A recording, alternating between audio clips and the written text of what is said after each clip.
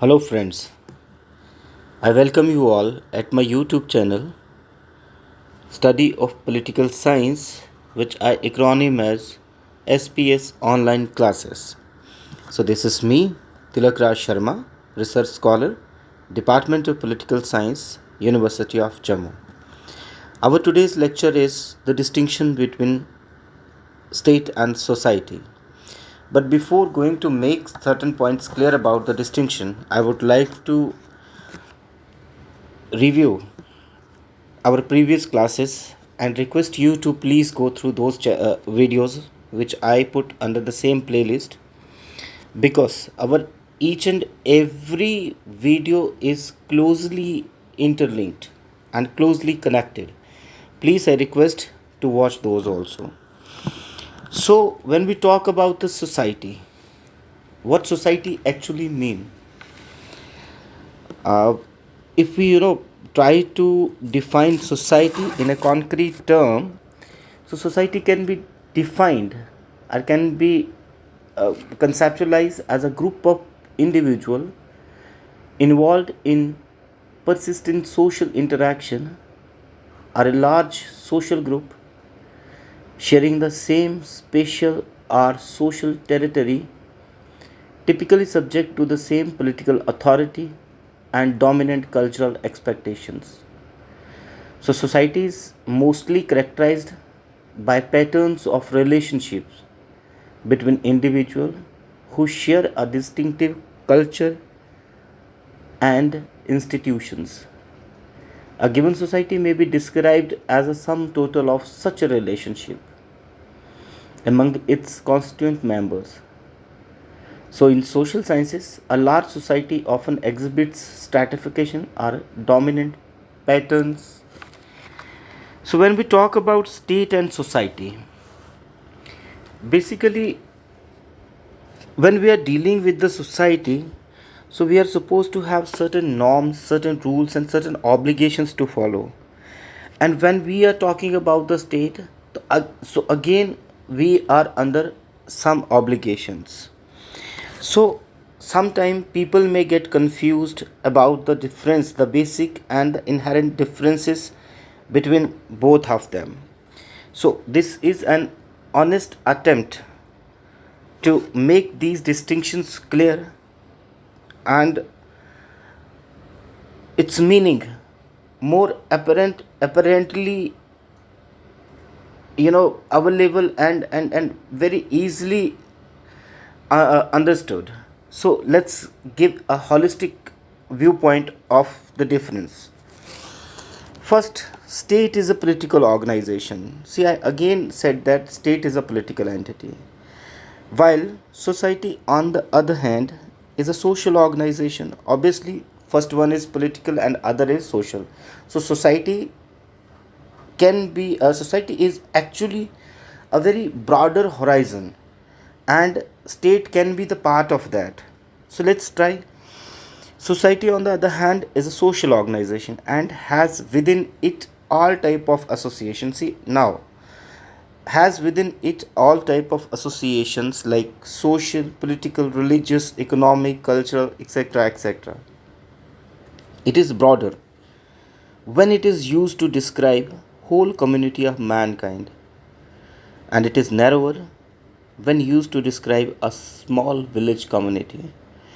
Now please understand that it is when we are talking about the human society and the universal society of human mankind, when the term is used as mankind, so it is a very broader it is taken as a very broader perspective under which all the states come. But when we talk about in a narrower sense, with a small village community, so it simply means that a people living in that geographical boundaries, are those geographical boundaries.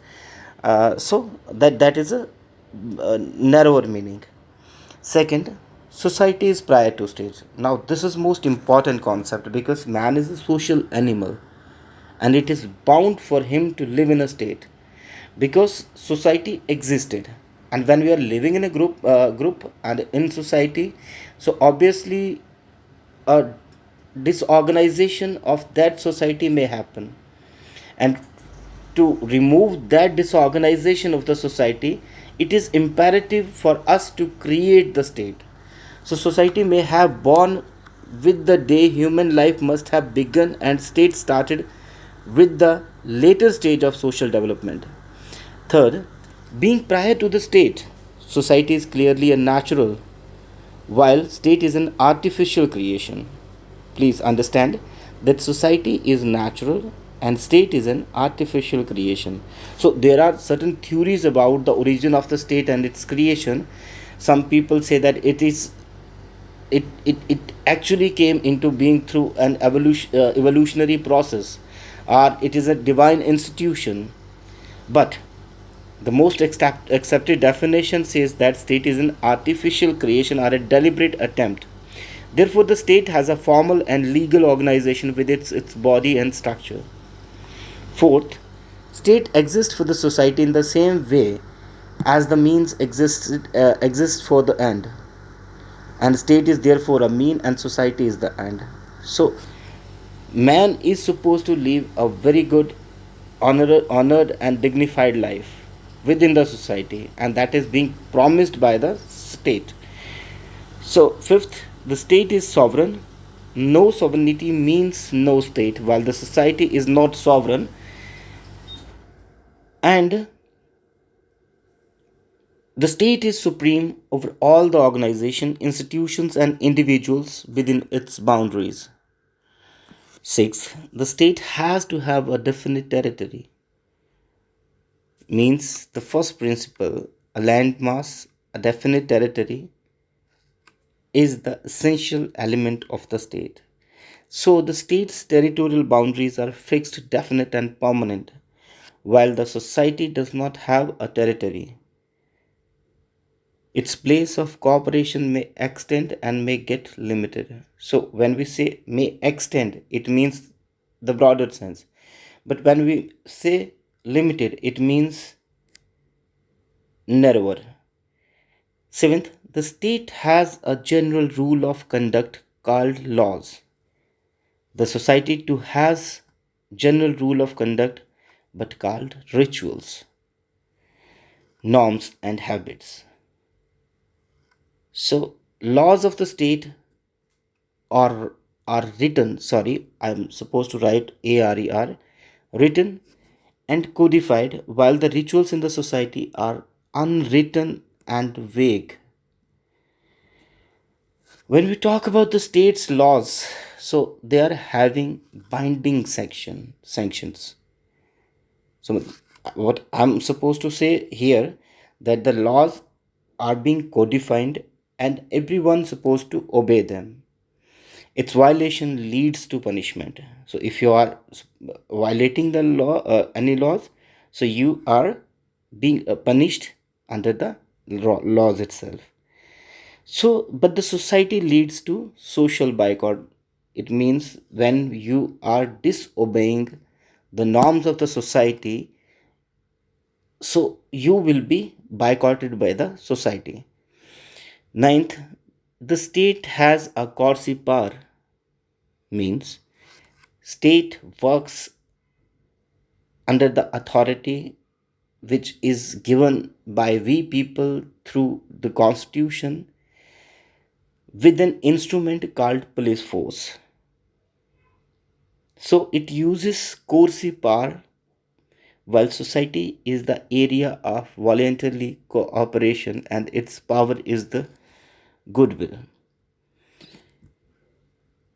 So, in conclusion, we can conclude that both state and society, state I mean a legal entity, and society I mean the social arena where the group of peoples are living, are complementary to each other because both exist side by side and both have to complement each other. Now, I'll be requesting to kindly subscribe and hit the bell icon for the encouragement. I would seeking your cooperation and expecting your comments. Thanks for encouragement. Thank you so much, guys.